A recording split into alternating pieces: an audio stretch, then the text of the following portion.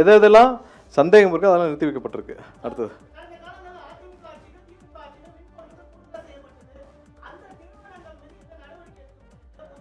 அதாவது இதுதான் என்னன்னா, கொள்முதல் அந்த காலகட்டத்தில் நாங்கள் வந்து இங்கே போய் 21 ரூபாய்க்கு அவைலபிளாக இருக்குன்னு வாங்கிட்டாங்க.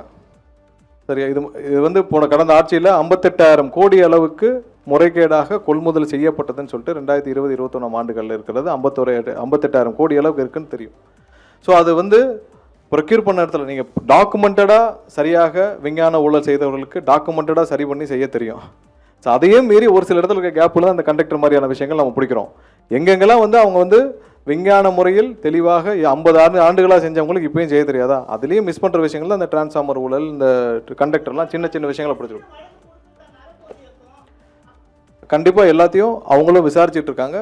அதில் முறைகேடு இருக்க அனைத்தையும் அதில் வழக்கு பதிவு செய்யப்பட்டிருக்கு. அதெல்லாம் செய்யப்பட்டும் வரும். வேறு தான் என்னப்பா?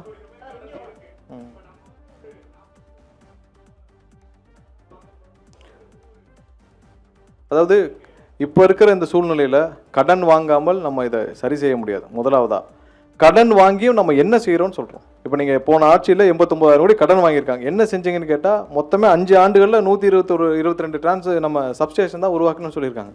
நம்ம இந்த 49,000 கோடியை நம்ம எப்படி செலவு பண்ண போகிறோம்னு காட்டியிருக்கோம்.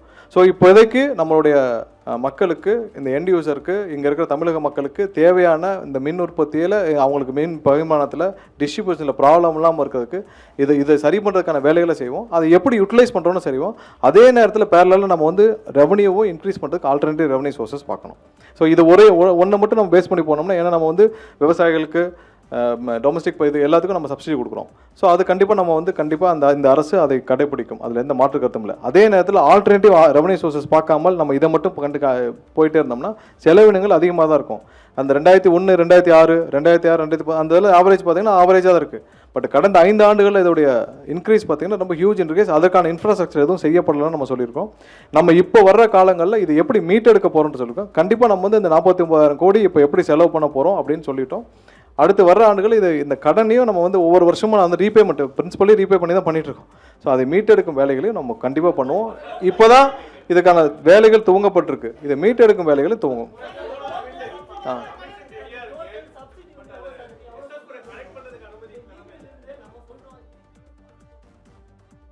இல்லை கண்டிப்பாக நம்ம வந்து ஹேண்ட்லூமுக்கு போன வருஷம் என்னென்ன அதை வெளியிடுறோம். போன வருஷம் என்ன சப்சிடி கொடுக்கப்பட்டதோ அதே இது அப்படியே தொடரும். அதில் எந்த மாற்று கருத்தும் இல்லை.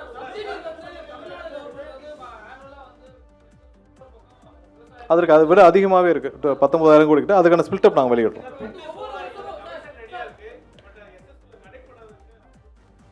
இல்லை அதை தான் நம்ம வேலிடேட் பண்ணிட்டு இருக்கோம். ஒரு சில அப்ளிகேஷன்ஸு நம்ம எந்தெந்த நேரத்தில் மிகவும் 20 நாளில் ப்ராசஸ் பண்ணிலாம் அப்ளிகேஷன் ப்ராசஸ் ஆகிருக்கு. குறைவான நாட்கள்லாம் அப்ளிகேஷன் ப்ராசஸ் ஆகிருக்கு. ஸோ அதெல்லாம் நம்ம வந்து வேலிடேட் பண்ணிட்டு இருக்கோம். லோட் ஃப்ளோ ஒரு நிமிஷம் என்னென்னா, லோட் ஃப்ளோ ஸ்டடி நம்ம பண்ணாமல் இதுக்கு மேலே நம்ம கமிஷன் பண்ணோம்னா நமக்கு அங்கே நிறைய டிரான்ஸ்மிஷனில் ப்ராப்ளம் இருக்குது. அதை முறையாக பண்ணிவிட்டு முடித்த பிறகு கண்டிப்பாக கொடுக்கப்படும்.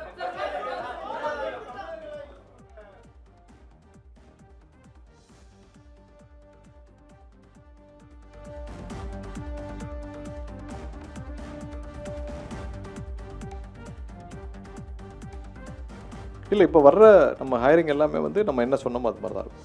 டிஎன்பி இல்லை அதெல்லாம் இனிமேல் தான் திட்டமிட போகிறோம். இல்லை ஏற்கனவே பெண்டிங் என்னென்ன இருக்குன்னு பார்த்துட்டு இருக்கோம். அது இனிமேல் தான் திட்டமிட போகிறோம். சரி, இந்த வெள்ளை அறிக்கையில் இது வரைக்கும் கடந்த வந்து என்ன செய்ய போகிறோம்னு பண்ணியிருக்கோம். மற்ற இந்த மாதிரி விவசாயிகளுக்கு நீ எவ்வளோ நம்ம புது சர்வீஸ் கொடுக்க போகிறோம், இதெல்லாம் இனிமேல் வர்ற இல்லை இலவச மின்சாரம் கண்டிப்பாக தொடரும். அதில் எந்த மாற்று கருத்தும் கிடையாது.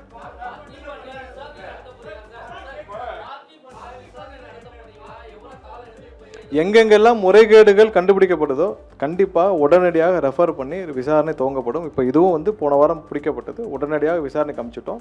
அதுவும் வந்து இன்னும் ஒரு சில நாட்களில் வழக்கு பதிவு செய்யும்னு கேள்விப்பட்டேன்.